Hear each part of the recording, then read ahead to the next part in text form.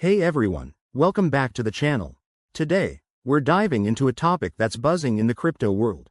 How to transfer Ethereum, or ETH, from Venmo in 2025. If you're new here, hit that subscribe button so you don't miss out on more tech tips and tutorials. Now, let's get straight to it. Venmo is great for everyday payments, but it doesn't directly support cryptocurrencies like ETH. So, we'll walk through a reliable workaround step by step. First off, open your Venmo app and make sure your account is linked to your bank or debit card. This is crucial because we'll need to move funds out of Venmo. Once you're logged in, navigate to your balance and select the option to transfer money to your bank account. It usually takes 1 to 3 business days, so plan ahead. Next, once the funds hit your bank, head over to a reputable crypto exchange like Coinbase or Binance. If you don't have an account yet, sign up, it's quick and secure.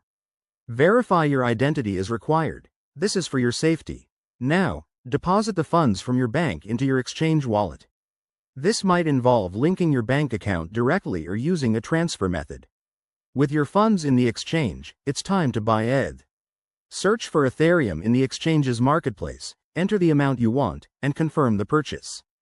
Double-check fees and current prices to avoid surprises. Finally, if you want to move your ETH to a personal wallet for better security, like MetaMask or a hardware wallet, use the exchange's withdrawal feature. Just paste your wallet address and hit send. Remember, always prioritize security. Use two-factor authentication, keep your private keys safe, and stay updated on 2025's crypto regulations. That's it for this guide. If you found this helpful, drop a like, comment below if you have questions, and subscribe for more. Thanks for watching. See you in the next video.